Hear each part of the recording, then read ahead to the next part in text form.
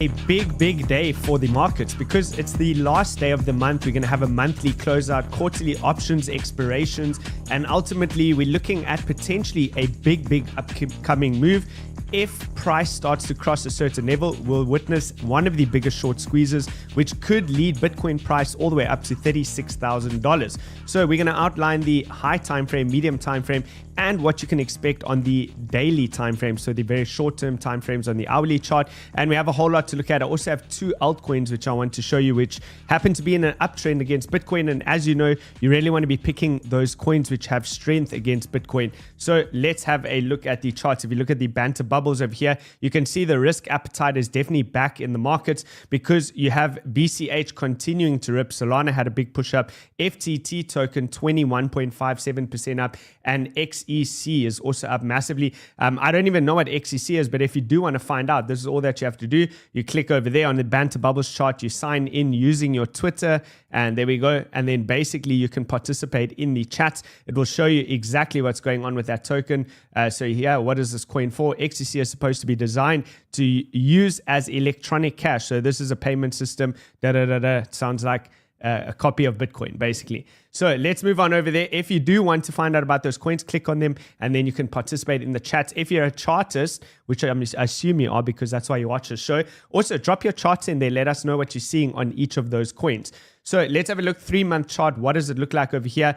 This is kind of the picture that we're looking at. We had a massive previous quarter close, which closed super bullish. And we said that we'd be looking for more than likely continuation from this candle onwards. You always look at the candle before the one that you're on, and you ask yourself what that information will provide you, what you could potentially see next. When you see a big candle like this, expect that the following one's probably going to be green too. So currently we're right in that resistance zone. The resistance zone situated between that 28,000 and about $35,000 is all a cluster of major resistance. Really, bulls, or at least bears, will have to die on their swords once price starts to cross above this level over here. That's for your high time frame. There won't really be many bearish narratives left. They're already starting to die, and you can see bears are having to start to shift course and come up with new narratives as to what's going on within the markets. And this is typical. This is what you expect when you go through those transitionary phases, right? So not to be overly bullish or anything, but we went through a bear market, we went through a transition phase, and then you start to enter into the very start of a bull market. And it looks exactly like this, right? The market happens to move in those phases. I have the 2-month chart up over here with Bitcoin using the Heikin-Nashi candlesticks, which gives you a nice smoothed out idea of what the generic trend is at the moment. And this is kind of what you see, right? Range bound, uptrend, downtrend, range bound, uptrend, downtrend, range. This was COVID. We would have gone into an uptrend over there. Of course, COVID happened. A major black swan event, which more than likely we're not going to see anytime soon again, led to a major sell-off. And then we reassumed the uptrend, downtrend, range. And now you can see 2 green Heikin-Nashi candlesticks in a row. Typically, that leads to major continuation, right? Monthly chart. That would obviously have an effect as well. If the monthly chart closes anywhere above the prime month's candle high, then what do you have over there? You have a bullish engulfing candle. Currently, price is situated both above the 7 and the 50 moving average, which is the yellow and the pink. And we're looking to recapture that 20 moving average on the monthly. A close over here or higher would get the job done. You're going to end up closing above that. That's going to bleed into other oscillators, which are going to start to cross up. Your MACD on the monthly is going to cross the 0 line over here, and the moving averages are going to cross too. And then, of course, you have continuation with the stochastic RSI, which will start to get into what you call the bullish control zone, right? Anything over the 80 zone, a lot of people refer to that as oversold, but this is actually where bulls take control. If the stochastic RSI or the RSI gets into those territories, bulls take control, and that's where you see the strong trending moves take place. So whilst a lot of people over here would start to call for it's now oversold and we should be looking for a pullback, this is where you expect your strong trend to take place within the markets. And how would that look for July, right? So we're coming into July in the next day.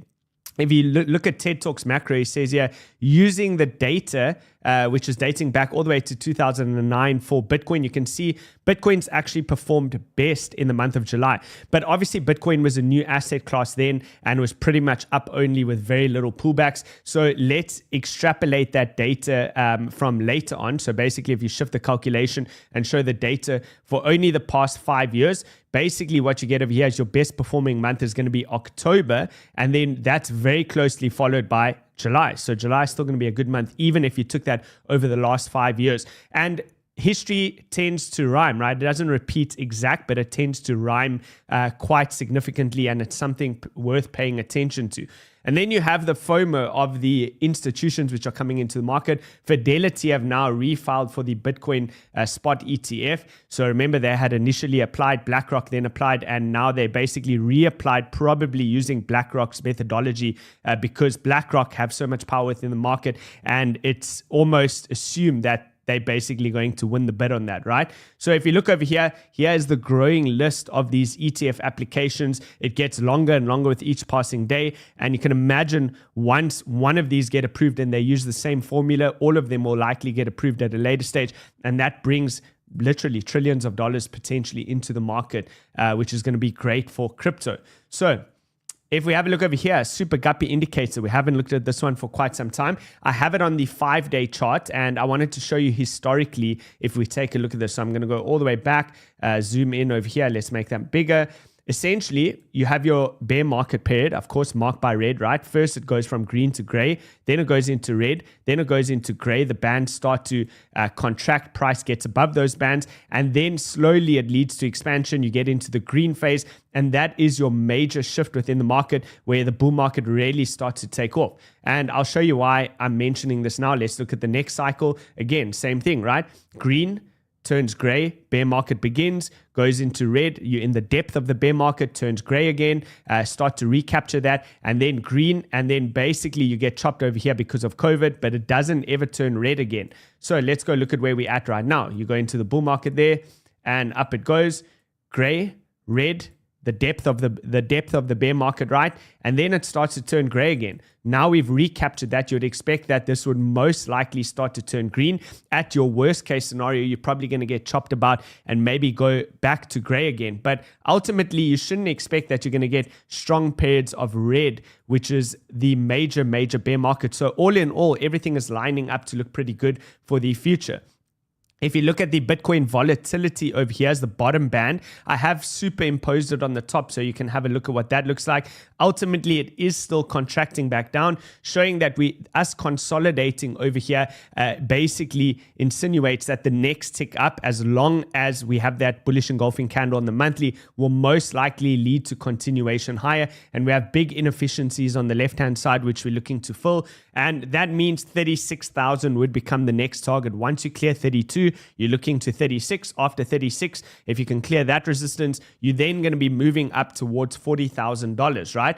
And I will give invalidations on this as well, by the way. So for those who think that I'm being overly bullish, I'm going to give the invalidations for that. But simply as a trend trading system, it really works best when you stick with that trend. And that's been your lows, your higher high, higher low, higher high, higher low, and this is already a higher high, but you're looking probably for further expansion, which could potentially go into that 36K level, and then at some point you'll have a deeper pullback, and then you can look to buy the fourth higher low within the market cycle. For the time being, as long as Bitcoin consolidates around here without breaking below this I would say about $29,800 level, it would be looking good for the bulls. They hold the edge, and you would expect that this candle is going to probably continue. So we only have a couple of days left, right?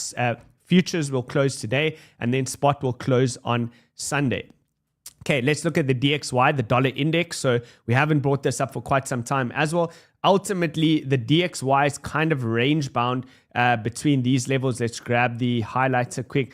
So you got your low range, right? You got your top of the range over here. And then this region over here is going to be your mid range. There is also a pivot level where if you look at the yellow line that I put in, it's a very small yellow line, but there's a pivot level over here. It is basically contracting towards the downside. So we'll keep an eye out on that. Remember, there's not much that we can do around the DXY until it gets to one of the extremities. So either either it retests the yellow trend line at 104.157, we can pay attention to it again if it does there, or if it contracts back into the bottom of the range at 100.84. Otherwise, it's just oscillating in the middle of nowhere.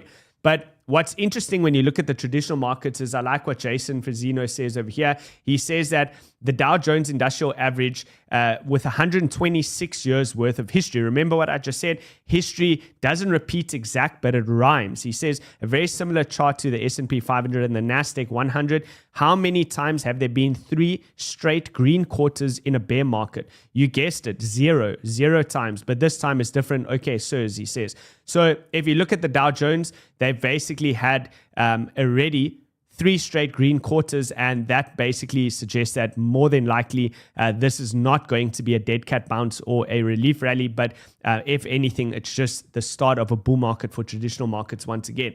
So do with that information what you will. Make sure you go and do your own research. That is basically what I'm looking at on the high time frames. I like to trade on a day-to-day basis. So if the market presents me with new information, then I will obviously shift my bias. But so far, it's not really presenting me with anything like that. The stock markets continue to make new all-time highs. India made a new all-time high. Multiple other markets around the world have made new all-time highs, and there isn't anything bearish about all-time highs, right? Stick with the trend. The trend is your friend until the end. Higher highs, higher lows. Hold with that strategy, and you'll make a lot of money in the long run. So here's the S&P 500, not yet at all-time highs, but as a percentage, how far away is it from making all-time highs? Well, it's only about 8% away, 8.19% exactly, and already the S&P 500 is going to be at all-time highs. So most of the guys that were shorting the market, if we take a box over here like this, and you kind of say these guys were shorting, these guys are now underwater, right? So if you were shorting this area on the left-hand side, right now you're underwater and you may be forced to close that position. Them covering their shorts essentially means they're going to be buying back. They're going to push it into this resistance over here, which is the gray block. Once you start to get and hold above this level, it's going to be like a hot knife through butter and probably going to squeeze above the top side over here. So definitely my bias is bullish at the moment. The trend is up. I'm sticking with the trend. If that starts to shift, I will, of course, change my direction and say that, well, it's looking dangerous. What I would say, though, is when you do get into the gray box territory for the S&P 500, coming in between 4,500 and 4,600, expect that that level might provide a bit of a pullback. I think this could already have been the pullback, and you can see we're starting to move back over here. But still, once you get into here, maybe then just cover some of your positions if you are long. And then if it does blast through, it's more than likely going to retest, and you'll probably enter in exactly the same place. That's for those of you out there who are actually trading the S&P 500. If you are, or if you're not and you want to, check out Prime XBT. They do have a sign-up bonus. It's up to $7,000. But if you send me a DM with your user ID, so sign up using the link in the description below. Here it is. There's it. Prime. Sign up using that link over there. Then send me a DM with your user ID. I'll give you a promo code that will give you 20% as opposed to their usual, I think it's 7%, right? 7% is their usual sign-up bonus. Okay, let's move on to ETH-BTC. There are some interesting things which could potentially take place in the altcoin market. I'm going to show you on the next chart, but zooming in on ETH-BTC, we can see we've been range bound, right? And ultimately, I told you guys I made the decision to reduce my risk by switching my ETH into a BTC position instead, because I didn't like that this was not bouncing back into the zone. I was looking for something like this. Could it still do that? Absolutely, but I'm not willing to take on the additional risk anymore. My trades have a time expiration date as well, and if it spends too long underneath a certain level, I think the deviation becomes invalid, and ultimately I still think that BTC is king and holds the strength. So let's see, maybe this pushes back in. I don't really have too much of an opinion of that. All I know is that if it does and it comes towards this region over here and I'm in ETH, I'd be looking to take profits on that, because I think eventually this resolves to the 0.0557 level on the ETH BTC chart. Okay, so about the Bitcoin spot ETFs, there's an interesting analogy or theory over here of how this could potentially affect ETH at a future date. So Merkel says over here, if we have delay or deny decisions of the Bitcoin spot ETF during August, it will be a surprise to the market. I calculated CME futures implied Bitcoin spot ETF approval probability, and he put that onto a timeline. If you look at the timeline, it's over here. Basically, he's giving it an 82.14% probability of being approved before August, August 28. Okay, so let's go on to the next part of his tweet over here and what that means for ETH. So he says, market currently implies an 82% chance of a probability of approval during August. Conditional on approval happens before October the 2nd. Assume the approval happens, Bitcoin futures basis is trading above the ETH basis, right? This assumes that Bitcoin ETH term structure should converge after the approval. So once the approval happens, basically saying that then it becomes more it's a buy the rumor and then a sell the news event. So the approval happens, sell the news event, and that will basically converge price back to normality for ETH BTC, meaning that ETH does go up. So maybe that happens when ETH squeezes into this region. Timing wise, I don't know how long this would take. If it follows my trajectory over here, I'm looking at towards the end of July that you'd probably see ETH in this lower range, low region. So keep that in the back of your mind's eye. It is a possibility. It's a potential theory that could play out. Next, let me know in the comments as well. Can you see this chart firstly? Also, smash the like button. It does help to get the show content out there. Smash the like button, and then I'll give you those two potential setups for the altcoin trades. And those are two alts that are outperforming Bitcoin. So smash the like button, hit the bell notification, subscribe to the channel if you are not already subscribed. And then have a look at this. Can you see this? Can you guys see this, James? Can you see this chart in the background? Okay, perfect. So it's a Wyckoff accumulation schematic. This is schematic 2. Now I've overlaid this over the top of total 3. There is a possibility that that total 3, which is the entire crypto market cap, could be in a Wyckoff accumulation phase, right? Now, ultimately, you'll remember, and I'm just going to quickly, let's actually just hide that for now, just so that you can see the background properly. So I'm not going to move the chart around too much because I want to kind of keep it in scale. But you'll remember that I said until such time as the altcoin market or total 3 gets into this region over here, this box. Let's make it bright yellow for you to see. Until it gets into that box, we can't confirm actually that there's a real breakout in altcoins taking place, and you would expect that altcoins are going to underperform against Bitcoin. So once you overlay, there you go. Once you overlay that chart, you can see how it's eerily similar, right? You had your phase A, which was the major sell-off, and then you came into basically the ST phase. You bounced around over here. Then you went into ST phase B, which is your secondary sell-off. And then you've recaptured that range over there. Look at the way that price is holding almost exact according to that pattern, right? So you're looking at that. Now you're in the LPS phase, and ultimately you're looking to break into phase D. Once you break into phase D, this is where you break the top of the range and you break the diagonal, which is coming down like that. At that point, I'll start to sit forward in my chair and pay attention to altcoins, really considering to move from BTC into alts. Okay, if that does happen, then ultimately once you get into the SOS phase, which is essentially that box that I've outlined, then you go into phase E, which is your markup phase, which is the aggressive up move, which we so far have seen in Bitcoin. So also something to keep on your radar. There is a real potential that this could potentially play out, but we only confirm that if total starts to get above 400 billion, 400 billion will break us out of the range, break us above the diagonal downtrend, and then we can start to really pay attention. So as a percentage move, that would be, you'd be looking at about 20%, right? If you see the majority of altcoins running 20% now, there's going to be a lot of FOMO in the market, but I want you to remember this chart and not get too much FOMO and understand in the greater scheme of things where we really are within this picture.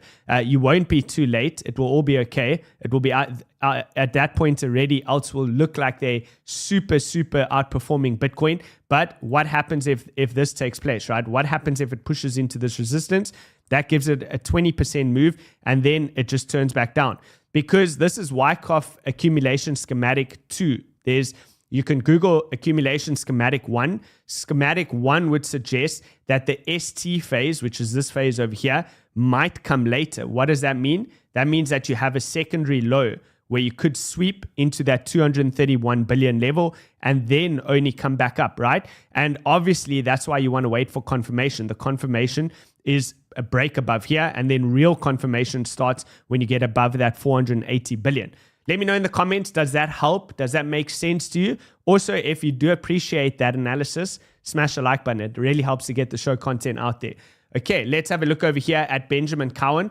He also said something interesting, which I thought would be worth mentioning. He said, if you take Bitcoin and ETH and combine them, so you combine BTC and the ETH dominance, then you can see that it looks like an oscillator compared to the altcoin market.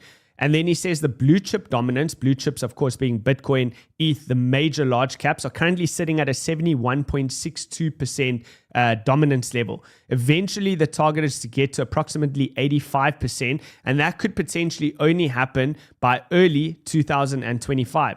And he says no one ever thinks it's going to happen, but it always does happen. And here's the oscillator, right? So how do you play this? Well, essentially, whenever this chart gets to the top over here, that would be the period where you want to start to move out of your blue chips and into the mid cap to lower cap alts. At the moment, you can see we're sitting right in the middle of that zone.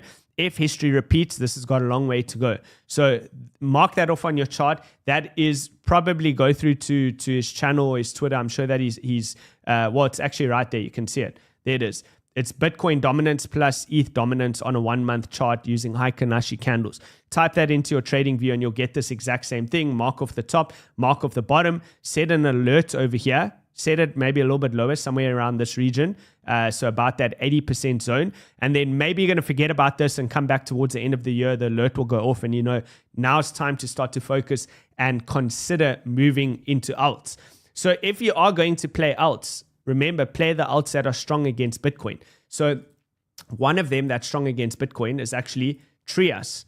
Now, I remember long ago, before I even joined Banter, Fred was a major fan of this TRIAS. I have no clue what TRIAS is or what TRIAS does. I'm simply just bringing up the chart. Somebody DM me on Twitter to say, because I asked you guys, let me know if you know of any coins that are in an uptrend against Bitcoin on a daily time frame at the very least. And they let me know TRIAS. TRIAS was the one response that I got. And in fact, it is, right? So you got your higher highs and higher lows. You've broken above the previous month's high. So all in all, it's continuing in an uptrend and it looks pretty good. That's TRIAS against Bitcoin. Let's look at TRIAS independently over here. So how would I view this chart? Okay, it's already run quite a lot. Let's go from, let's be realistic, from when you had your first break of structure, which would have been here. You broke above there, you got your higher highs, and then you came down in early January, would have been your first opportunity to get a higher low. That has come up since then, 276% to current levels, right? So it's had quite a big move, but you know how these alts can go, right? If the narrative starts to pick up and alts start to perform pretty well, the ones that were already doing well will do even better. So those are the ones that you want to pick. This would be one of them. This is quite an extended move. It may already start to run. I would wait for a deeper pullback, but I think it's worth putting on your radar, right? You can see, of course, you have the trend, higher highs, higher lows. There it goes, up, down. Wait for the next, I would say, down that retraces back towards this trend line. Maybe it comes into the previous month's mid-range, which would bring it around that $3.20. When you zoom in, it does look pretty strong if you're trading it on a lower time frame. So here we go. So on the lower time frame, again, the trend is still up, right? You got your lows, higher high. You're kind of consolidating, but still higher low, higher high. And now you're consolidating into this region, which is your next high low. The yellow zone that I marked out would have been the prior range high. So if you were to map this out as a range, that could have already been your retest. So if you were taking a long on this, let's say you wanted to go long on this today, very, very simple. That's your invalidation, these lows over here. So it would look something like this. I am not taking this trade just for what it's worth, so don't quote me on it, but you'd be looking at something like that. You don't want to violate those lows over there, and ultimately, basically, you'll need to use your fib tool, but I would say probably you can play it up towards the next major resistance at $6.22. $6.22. Stop is at $4.04, and your entry, if you're going to enter here, or you can wait for a little bit further of a pullback. So that's what I'm looking at for TRIAS. The next one that's looked pretty good is KASPA, right? So KASPA, here we have it. Also holding above the previous month's mid-range, and you have the previous month's high. It's in an uptrend against Bitcoin. You have higher highs and higher lows. You have a simple trend line over here. If this was a fake out right now, this could be a swing failure pattern. Comes down, breaks back into the range over here. Entry would be within this region, right where price is now. Stops go below. So similar to TRIAS, stops go below the prior swing low, which is coming in at 0.023. Okay, enter over there, stops below there, and your take profit is at the previous month's high at 0.033. That's giving you a 3.62 to 1 risk to reward ratio. Percentage move, you're looking at potentially up to 28%, right? So not bad. It's in an uptrend against Bitcoin. Keep that in mind. I only try and take trades on coins if it's altcoins that are up against Bitcoin. Okay, let's go next. What else do we got? We have here we go. Let's put that back on. Ichimoku cloud. There we go. The Ichimoku cloud. This chart over here. We've been oscillating around the breakout level for quite some time. Sometimes it's a little bit above, then it breaks back below. Once you start to get convincing closes above this level, we can raise it a little bit. You can see where all those previous daily candles close. This is on Bitcoin. Ultimately, as soon as you start to close above that, that is probably going to be the confirmation that this is going to be an expansive move up. And it's a bull flag, right? It's a clear as day bull flag up. Here's your flag. Very easy to see. It's a bull flag. I mean, I don't know. Do any of you disagree with that? I hope not. I hope you don't disagree with that. Okay, so that's what we're looking at. If you look over here at the average directional index, the ADX is the blue line. It's currently trending on up, showing that there is momentum behind this move, and bulls have control. Green is above red. Red is trending down. Green is trending up. Let's look at Ethereum. Okay, Ethereum, not so strong, right? This is one of the reasons why I swapped back into Bitcoin or traded back into Bitcoin. You have the ADX going down. You have, these are kind of in the middle of nowhere. It's oscillating between bulls and bears taking control. And let's look at the actual ETH chart. Also not as strong, right? You broke back below the bottom of the Ichimoku cloud, and this is your primary and main resistance level. I'll give you those price levels just in case. So the level 1911, right? 1911 is your ETH zone to get above and hold above. And then for Bitcoin, your zone is right where price is now at 30,708. That is the zone that you want to start to break above. Next, Bitcoin on the daily time frame.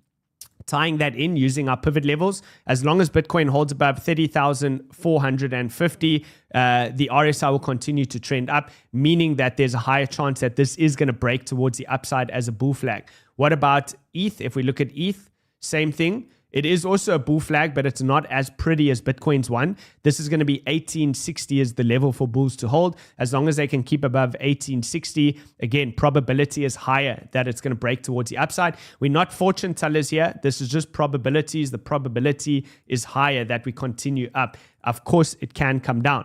And if all of this starts to play out, you're looking at potentially your massive cup and handle formation continuing to break out. So far, we are fast approaching the first target at 35,290. Your second target, the major breakout level, which also happens to be your breakout target from the inverse head and shoulders pattern, which is going to be your left shoulder, your head over here, your right shoulder happens to come to the same level as the cup and handle at 44,835. Okay. ETH, let's see ETH's one. Okay, ETH, again, hasn't been moving as quick. It's still hanging around the bottom of the handle, but ultimately you're looking for $2,862 if that does play out. Okay, next, I've now put on the 4-hour time frame because when price starts to move quick and you start to get into trending moves, instead of just using the 50, which is the red EMA, and the 200, which is the blue one, I also put on the 21, right? The 21 exponential. So it's working pretty well. As long as this remains postured like this, meaning the yellow is above the red, above the blue, price is above all of them and angled upwards, it's a trending move in play. Let's look at ETH. Same thing. ETH not as mature as Bitcoin, but yet it still does have the posture. Price is above the yellow, above the red, above the blue, and it's moving sideways and slowly starting to angle up. Again, indicative that ETH is completely lagging Bitcoin. Okay, move on to the hourly chart. Now, this is for the day traders, the guys who are focusing on day-to-day price action. You want to take trades right now, right here, today. This is what you're looking at, right? We were in a Bitcoin long. Well, I still am in a Bitcoin long. We moved the stops to break even. for the sake of keeping the charts clean, I'm going to move this across like that. Okay, you guys remember, we're in the trade. It's still active. You could have taken half your profits multiple times into the top side of the range over here. Your ultimate level that you're looking at to take this is for leverage traders, right? I want to be clear. Everything I said before, that's more for the high time frame traders, the swing traders, the investors. Now I'm talking to the day traders, the guys that are on leverage. You levered up and you thought, what the hell, must I close my shorts right now? You sound so bullish. No, not yet. Just calm down. This is now for you. Okay. So Bitcoin is essentially in a range. I've labeled it over here. Here you have your range high, range low, range quarterly, other range quarterly. So that's 75% of the way, 25% of the way through. And then you have your mid-range. So I hope that's clear. Very, very simple and easy to see. I'm going to just use the highlighter to give you the analogy. Basically, we're oscillating within, this is the flag part of the bull flag, right? So the pole comes below here. This is your flag part. So we're oscillating between the top and the bottom. That's one way that I'm viewing it. The other thing that I'm also noticing on Bitcoin is you have a parallel channel. You can see the very light dotted yellow lines that I have over there. So I would be focusing on both, looking for confluence, right? So if price pushes above here and gets above the range high, like it almost did earlier on today, and it comes into the top side, here's your confluence, right? You have your range high and you have the top side of the channel. Leverage long, that's where I'd start to close my positions, right? So if that happened today, you're looking at about 31,476. Close your position, even consider flipping short, and then you're playing back down towards the bottom. As you can see over here, you have the diagonal, which matches up with the mid-range. That's where I would be taking profits on my short. So if price comes into this $30,300 level, that's where I would be looking to take profits on my short and considering to flip long. So if you're playing this as a day trader, it would look something like this. As a leverage trader, I'm going to zoom in for today's price action. You're waiting for the extremities, right? Where are the extremities? Well, here's your one extremity. This region over here. Can see on the right-hand column in the blue is the box, the levels. If you're asking for the price levels, there they are. 30,271, 30,410. That's one zone, right? Your next zone over here that you're looking at, this is your next extreme, is this zone over here. That means that you want to play this range. Anywhere that price comes within this zone over here, top side, you're looking at 31,280 up to 31,500. So you're in the middle of nowhere. You can't take a trade right now.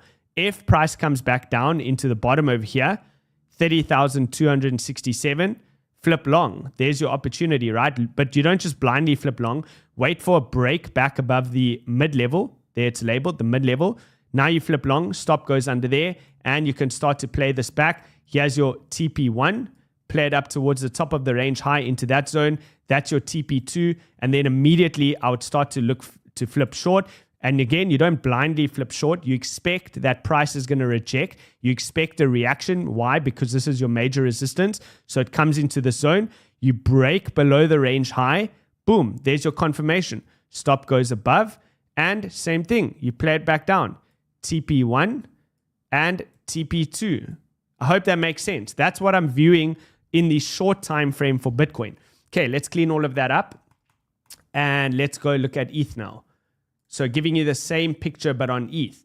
So you can see ETH's flag is positioned differently, right? Bitcoin's flag is a parallel channel towards the upside, an ascending parallel channel, and ETH's got a descending parallel channel. Can you guys see these lines nicely?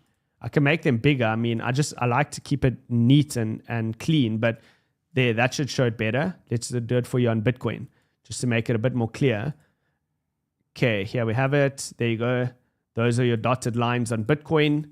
So upsloping channel within a range, right? Parallel range. Okay, and then here's the downsloping channel also within a range. So here's your ETH setup, right? ETH already just hit this level. I should have done the show a little bit earlier, then you guys could have got the trades. So replicating exactly what I just showed you on Bitcoin, these are your zones, right? That's your ultimate range high. But because price is being capped by the channel, I would really consider this the levels that I'm playing today. There, that's one. And then on the bottom side is going to be over here. Now we can zoom in. So again, to give you those levels, ETH top side, you're looking at your box between 18, let's make it nice round numbers, 1895 to about 1905. That's your top side. Your bottom side, you're looking at 1815 to 1824. It's all written in blue on the right-hand side. So it would look like this. Same thing. You obviously here, you would have seen the swing failure pattern, right? Look at the big wick. Stop goes above there and you short, right? So you could go short from there and you're shorting all the way down. Midway through the range, you usually take your first profit, and then into this zone over here, which is your range low at 1822, you take your final profit, and then you can start to look to flip long. If it goes a little bit deeper and it comes into, you can extend this line over here, goes a little bit deeper and it comes down to 1805, and then you reclaim the range low. Great. Now you can flip long. Stop goes below there, and same thing, play it back up. TP1 and TP2 all the way to the top side. Hope that helps. That's what I'm looking at. I don't know. Maybe what I'll do is I'll post this in the Discord group so you can see the exact levels. So I'll post this chart like this, and then you got all the levels written over here, and then you can sit and analyze it as much as you want. Okay, with that being said, OKX, I do also have a bot setup, right? So this is why we spoke about the $10,000 position on 5x leverage. So it's a $50,000 position. The price range levels, the grid has been spread between a price point of $28,000 and $30,355 on Bitcoin. I have 20 grids set up, and only a couple of them have obviously been hit, right? I've had 2 transactions, it shows here, out of the 20, because price hasn't moved through all the other orders yet. And not to say that it will, but if it does great. Then I get the entry, and basically I'll be looking to take profit at $36,000. This is all automated. It does it for you. The link is in the description below. You just click on OKX. Here it is on the top. There you go. Also, forgot to mention OKX.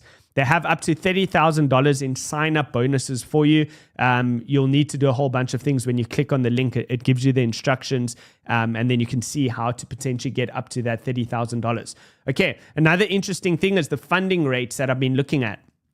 Now, you'll see, let me zoom in. I'll make this nice and big for you. The funding rates have mostly been negative within the market, okay? In order to see that it's positive funding rates, what you want is you want the yellow above the blue, like that. Okay, that's not a nice drawing there. Yellow above the blue. Here, what do you have?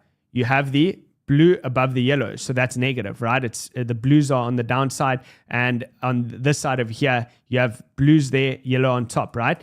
Okay, I hope that makes sense. So basically, if you look, and I want to zoom out to show you how this works, we haven't even got into a frothy market yet. We're not even close. So if you start to break those high time frame structures and leverage traders start to jump in, this is reminiscent of a bull market. This is what you would expect to see. So if you look at this end over here, this major run up that we had, that should look like this. As you can see, we're still pretty negative. It's been completely flat for a long period of time. And any major spikes that you get towards the downside in an uptrend are very strong signals for you to flip long.